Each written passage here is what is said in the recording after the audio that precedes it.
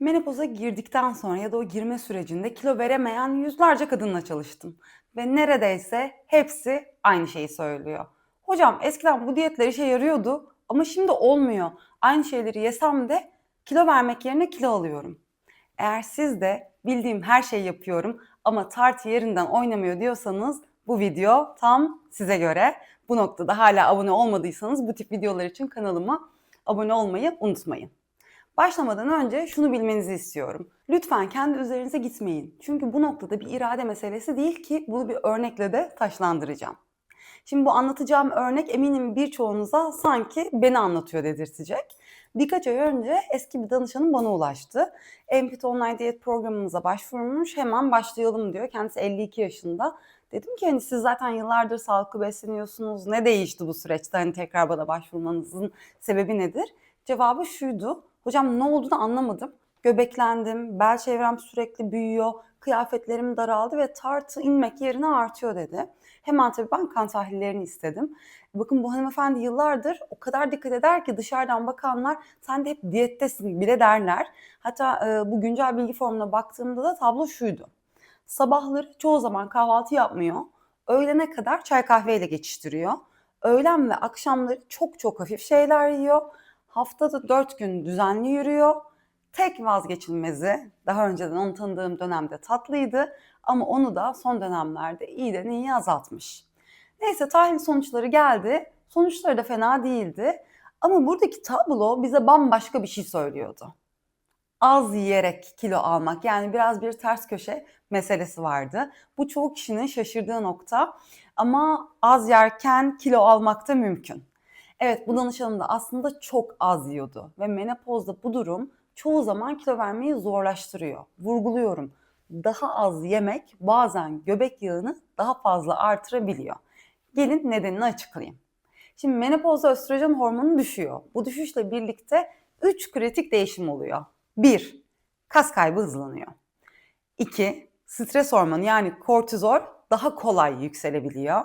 Hani eskiden de strese giriyordum niye bu kadar yükselmiyordu? Bu dönemde daha hızlı yükseliyor. Bağırsak bakterilerinin dengesi değişiyor. Bu çok kritik bir nokta. Şimdi kas azalınca metabolizma yavaşlıyor.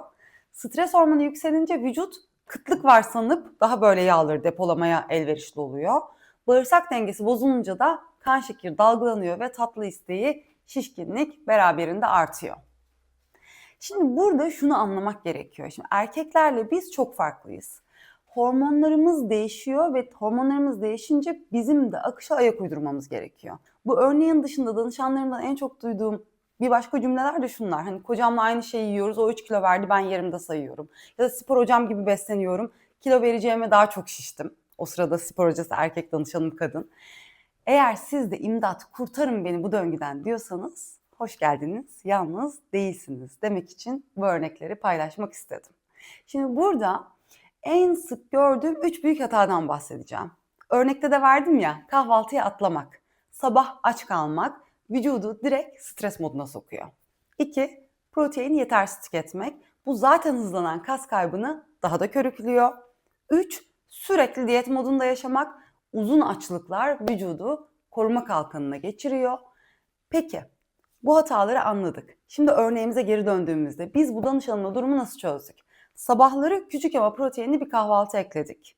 Öğün aralarını açmadık, maksimum 4 saatlik aralıklar verdik. Yürüyüşe ek olarak haftada 2 gün direnç egzersizi ekledik. Ve vücuttaki oksidatif stresi azaltacak supplemanlar, destekler planladık. Sonuçta ne oldu derseniz, ilk haftanın sonunda tatlı krizleri bitti. 4 haftanın sonunda bel çevresi bir beden inceldi. Ama en önemlisi neydi derseniz enerjisi geri geldi. Ve işte bunların sonunda size 3 temel öneri vermek istiyorum. Eğer siz de bu süreçteyseniz sabahları protein artı lif yani yumurta, yeşillik, söğüş ya da yoğurt, yulaf, chia, Enfit tariflerimdeki lezzetli karışımlara bakabilirsiniz. 2. Uzun açlıklardan kaçınıyoruz. Vücudu 4-5 saatten fazla aç bırakıp strese sokmuyoruz. 3. Kaslarımızı koruyoruz, yeterli protein alıyoruz ve mutlaka direnç egzersizleri ekliyoruz. Şunu çok net söylemek istiyorum. Menopozda vücudunuz size ihanet etmiyor. Sadece artık eski yöntemlerle ya da erkek arkadaşınızın, eşinizin vücudu gibi çalışmıyor. Bu dönemde daha az yemek değil, doğru beslenmek kazandırıyor. Eğer bu video size yalnız değilmişim dedirttiyse lütfen bu süreçleri yaşadığınız, bildiğiniz arkadaşlarınıza gönderin.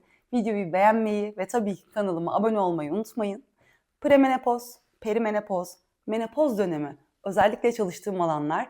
Eğer sizin de bu konuda sormak istedikleriniz varsa lütfen yorumlara yazın. Çünkü gelecek videoların konularına karar verirken sizin taleplerinizi önceliklendiriyorum.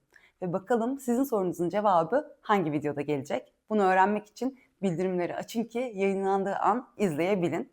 Görüşmek üzere sevgilerimle.